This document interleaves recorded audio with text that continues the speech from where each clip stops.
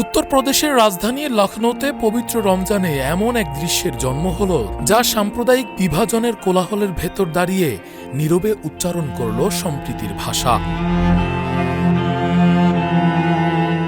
Lucknow university প্রাঙ্গণে হিন্দু শিক্ষার্থীরা মানববন্ধনের মতো সারিবদ্ধভাবে দাঁড়িয়ে পাহারায় রইলেন, যেন তাদের মুসলিম সহপাঠীরা নির্বিঘ্নে নামাজ আদায় করতে ও ইফতার করতে পারেন।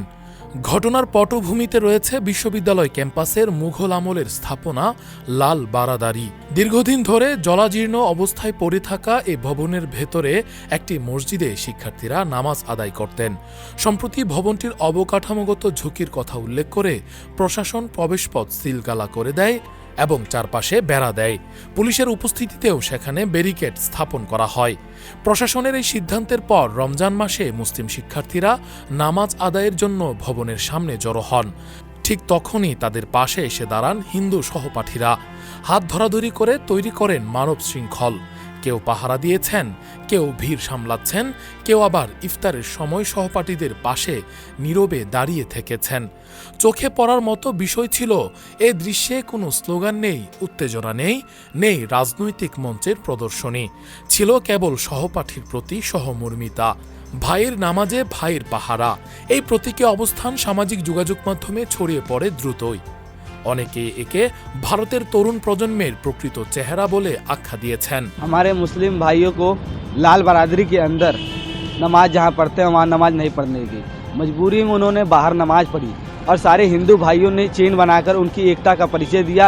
इसी एकता जो भारतीय जनता पार्टी को नहीं खाई, उन्होंने पुलिसिया दमन की मदद से हमें नोटिस जारी कर दी है।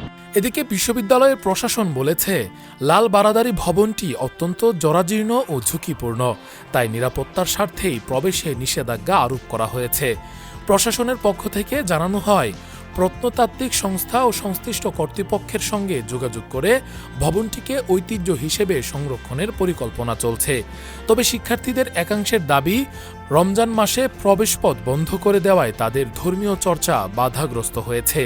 এ নিয়ে ছাত্র সংগঠনগুলোর পক্ষ থেকে নীরব প্রতিবাদের ডাকও দেয়া হয়। हम लोग नोटिस का जवाब देंगे और जो हमारा लाल बहादुर का गेट नहीं खुला है उसके दो दिन उपरांत हम इसके लिए फिर से संघर्ष जारी रखेंगे। अनिश्चितकालीन धरना फिर से शुरू करने जा रहे हैं। কিন্তু শেষ পর্যন্ত আলোচনার কেন্দ্রবিন্দু হয়ে ওঠে না প্রশাসনিক সিদ্ধান্ত বা রাজনৈতিক অবস্থান, বরং হয়ে ওঠে সেই মানব শৃঙ্খল যেখানে ধর্ম নয় সম্পর্ক কথা বলেছে, পরিচয় নয় সহমর্মিতা জিতেছে। বিভেদের সময়েও সম্প্রীতির এই দৃশ্য স্মরণ করিয়ে দেয়, বিশ্ববিদ্যালয় কেবল জ্ঞান চর্চার জায়গা নয়, এটি সহাবস্থানেরও পাঠশালা। আর সেই পাঠশালায় দাঁড়িয়ে তরুণেরা দেখিয়ে দিলেন, প্রার্থনার জায়গা যদি সংকুচিতও হয়, হৃদয়ের জায়গা এখনো বিস্তৃত। রাকিবুল ইসলাম রইস, ফেস দ্য পিপল।